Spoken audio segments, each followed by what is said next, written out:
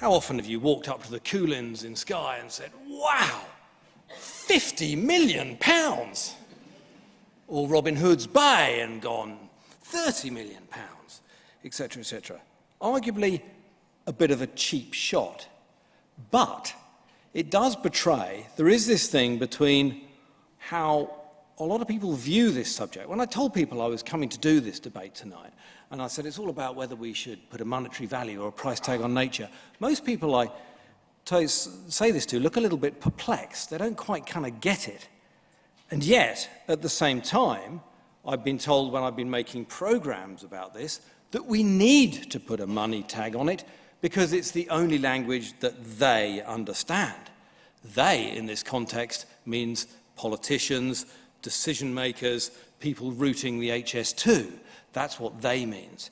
So is it possible to bridge that gap between the public understanding of nature and natural value, beauty, and possibly what some of the decision makers are thinking?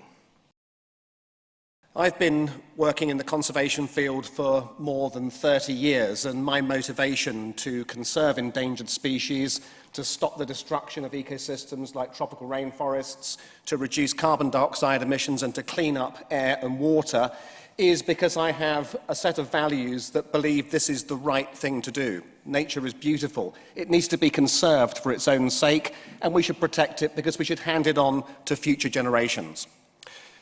I note, however, after 3 decades, and we've had some successes, is that pretty much all of the indicators we should be concerned about, the number of species listed in red data books, the status of tropical forests, the CO2 in the atmosphere, all of these things are still getting worse. And one of the reasons why I think this is the case is because not everybody is a conservationist, and whilst those of us on the panel here might see the beauty and the reasons to protect nature for its own sake, I fear that most people don't think that, or at least it's not the first thing they think. Tom mentioned the role of decision makers, running companies, running government departments, being elected to political office. They certainly don't see this as the first thing they're concerned about when they make big decisions. They're primarily concerned about economic growth, development, and human progress, and very often you will hear them say that environmental questions get in the way of that, and that's why we have to sacrifice environmental assets in order to achieve progress. Most recently, you will have heard the Chancellor of the Exchequer talking in terms that really underline this kind of perspective. The Habitats Directive, the most important legislation we have for protecting animals and plants and natural habitats in this country, he described as a ridiculous burden on British business. We have to weaken it in order to permit economic growth. Now, it seems to me we have a choice. We can either tell the Chancellor that nature is more important than the economy, or we can point out to him, using good numbers and metrics, that actually he's completely wrong, and that the opposite is the case, and that without nature there can be no economy, because nature's providing incalculable economic services which include flood protection, purification of water, pollination, soil fertility, and all of these other things that underpin economic development. And that's why we have to protect nature, alongside the fact that it is beautiful, that it is spiritually enriching, that it is aesthetically beautiful, and scientifically it's an enormous source of human wisdom and innovation. All those things are true, and it seems to me the thing we now have to add to all of that is that it's also economically rational to save the natural environment, those species, those endangered habitats. It's better to buy something than it is to steal it, isn't it? My mum's Australian, and her ancestors were sold land where they settled for £1 an acre. It wasn't the Aborigines who sold them the land, it was the British Empire. What value did that land have for the indigenous Aborigines? In monetary terms, nothing. They didn't have money, they didn't need it, they had nature. Now that farmland is worth a lot of money because other people want to buy it for development, but what is its real value? Money is a crude way of transferring economic value from one good or service to another. If I make shoes and you are a farmer, I will always need food, but you only need shoes when yours wear out. In the end, without money, I will starve long before you get blisters. That's why money is a useful tool for lubricating social interactions. But not everything can have a monetary value. So should we place a value on nature? Would you sell your parents or your children? Would you feel able to put a financial value on them? It has happened before, and it continues to happen. It's called slavery. Slavery wasn't abolished because slaves became too expensive, because of market forces, but because people decided that it was unethical to trade in human lives. Did anyone suggest that freeing up the market for slaves would help consign slavery to history? No. A campaign was launched and fought over decades until laws were passed banning slavery. This is the situation we find ourselves in now with nature. Much is made of the value of ecosystem services, the things nature provides to humanity for free, but this language is disingenuous at best. A service provider is paid for the service they provide. Take Transport for London. When you get on the tube, you pay for a ticket. In return for your payment, you receive a service. You don't just help yourself. If you do, expect to be punished. Yet, that is exactly what we have done with nature. A large part of nature is now tied to the yoke of humanity. That is ecosystem servitude. As humanity, we need to consider our relationship with nature, to recognize that we are part of nature, to find another way to live harmoniously alongside the rest of nature. This starts with the education system. We need to give children the opportunity, knowledge and understanding to appreciate and value nature for all its glories, not see it as a resource to exploit or another asset class to be traded. Seeking more answers in the illusions of the market will take us away from this goal. In the last 150 years, the UK population has doubled. The global population has increased sixfold.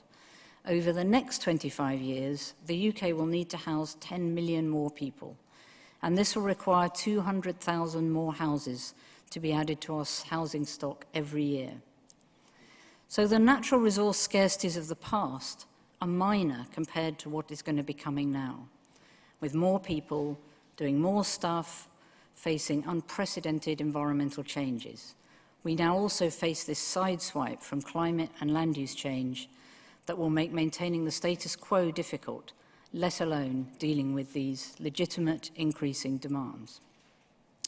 Now, when resources are scarce, choices have to be made. And choices lead to priorities, and priorities imply some kind of valuation. The minute you do one thing before another, that thing has had the higher value put on it. Valuation is simply unavoidable. So the question for me is not whether we should value nature. I think we must do so. If we don't, someone else is going to value it for us. We have to take the how seriously. It's not whether to value nature, it's how to value it. And how to value nature depends on the ultimate goal of the valuation. Just helping someone get rich quick because they're fortunate to control a limited natural resource is not going to help us in this longer-term goal of sustainability. What we need to do is make sure that there are funds for nature's protection, restoration, and enhancement.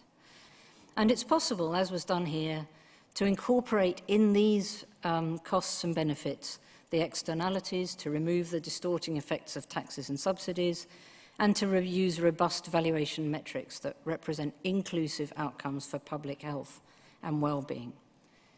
But I fully agree that there are some elements of nature for which this is very difficult, if not impossible. And here I refer to wild species and habitats and the aesthetic, educational, inspirational, and other values that people hold for wild nature, which I'm sure are very important to many people here.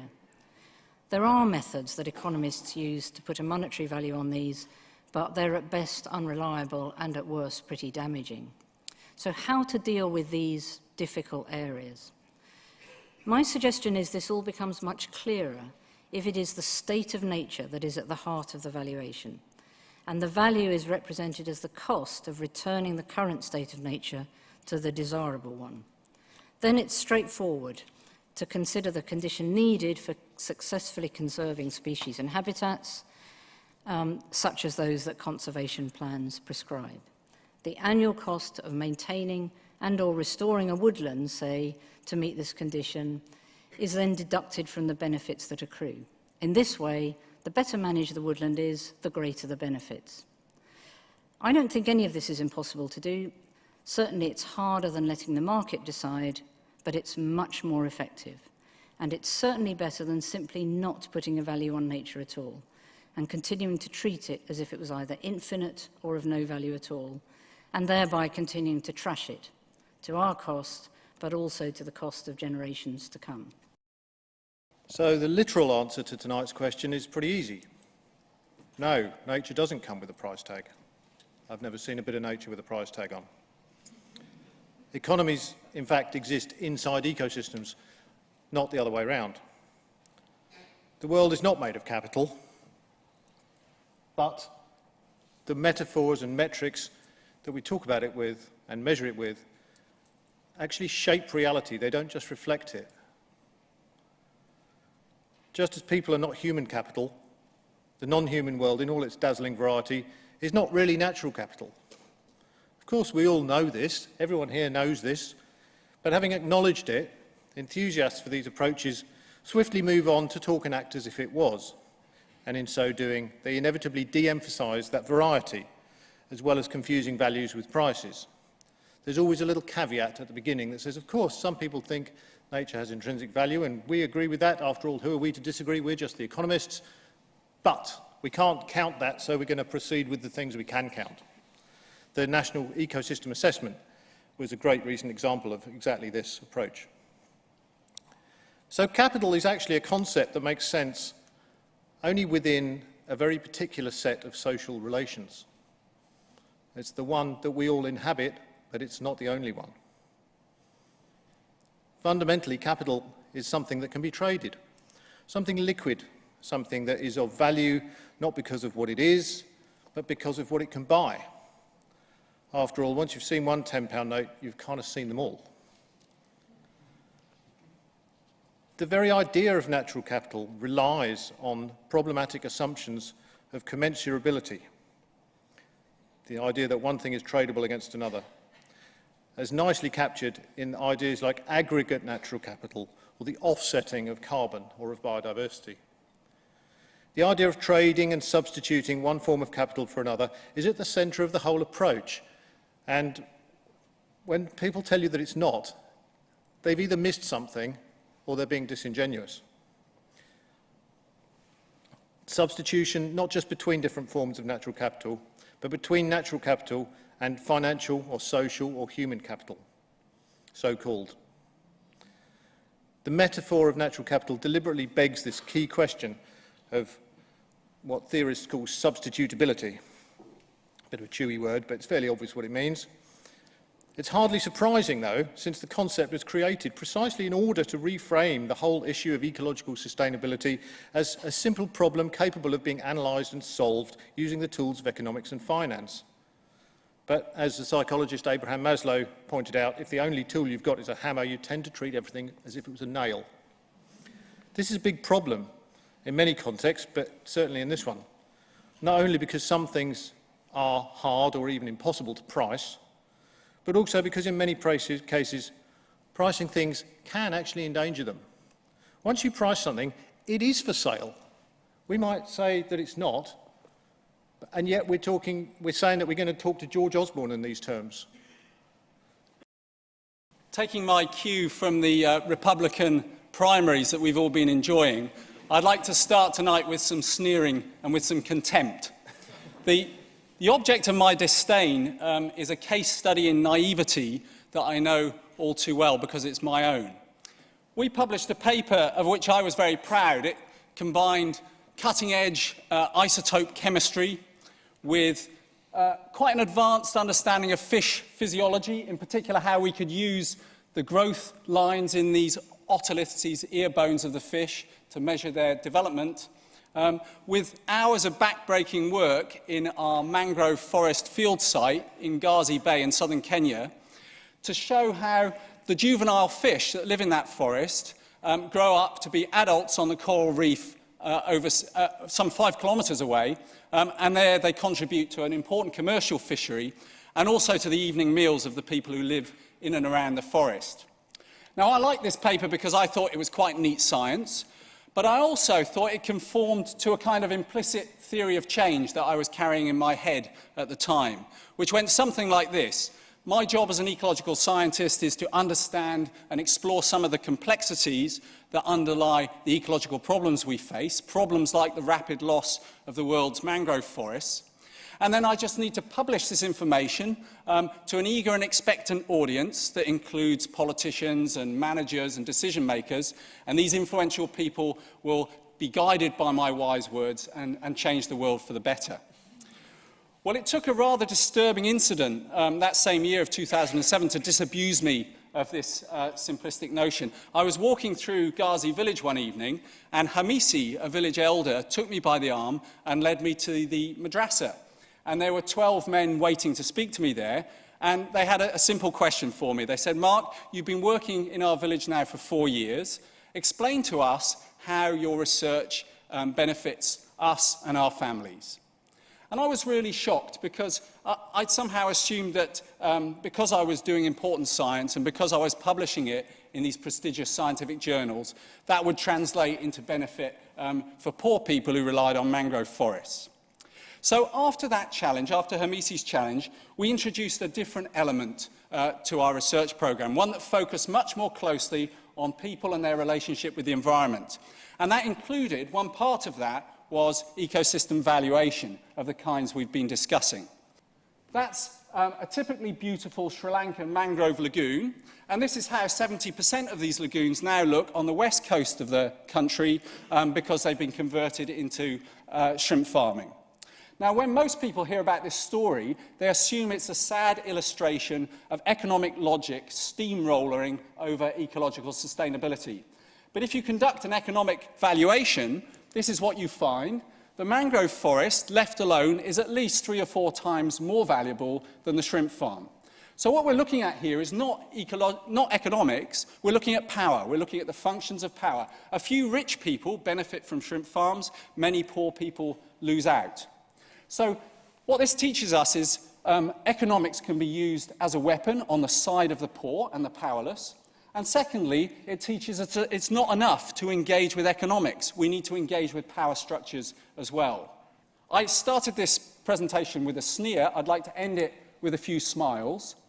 If we don't meet Hamisi's challenge, if we don't show how our ecological knowledge can be of relevance to people, and particularly to the poor, then I think much of the wild will be lost.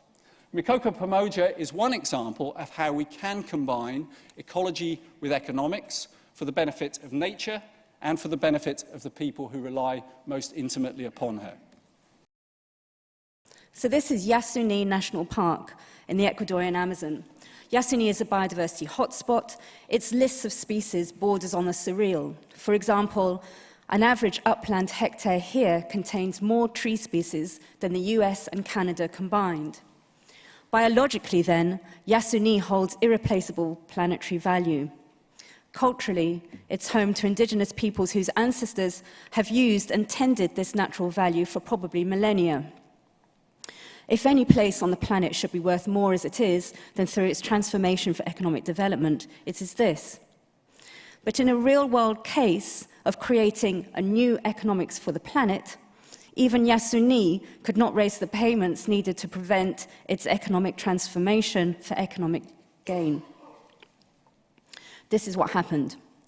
The problem for Yasuni is that more than 800 million barrels of crude oil lie beneath its soil, and they're shown in yellow on this map.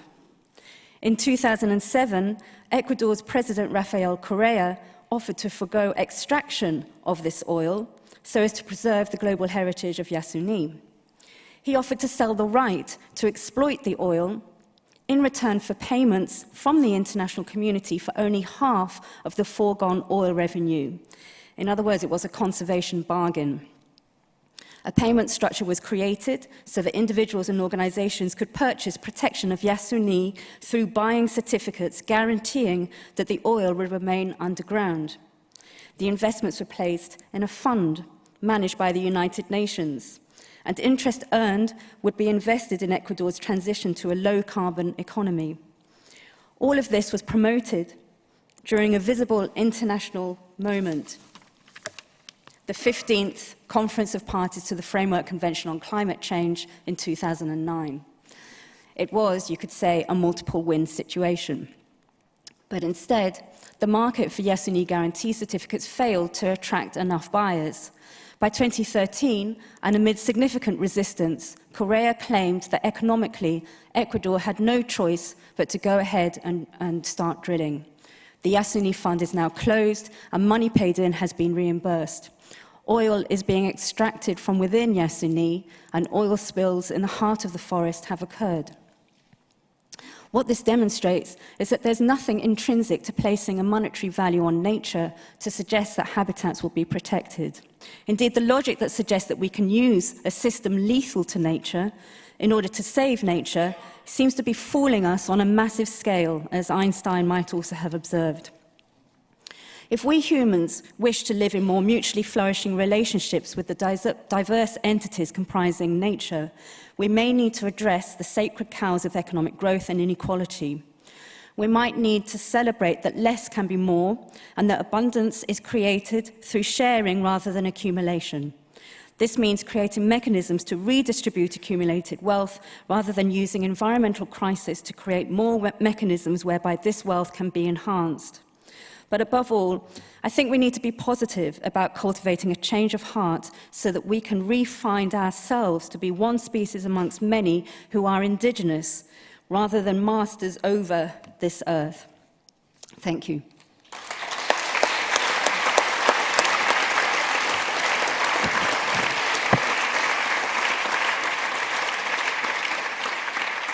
We have, of course, got to put our minds to a little bit of a vote. So the question that we are asking is, should we put a price tag on nature in order to conserve it? I'd like to avoid abstentions, although I can imagine there's a lot of you thinking, well, in some cases yes, in some cases no. But anyway, so who thinks that yes, we should put a price tag on nature in order to conserve it? Hands in the air, please. Okay, and who thinks we should not? I think slightly in favour of the yes. I'd give it about 55-45 in percentage terms. It's good enough for you, isn't it? Thank you very much indeed for coming and making such an excellent debate. Particularly thank you to the panel.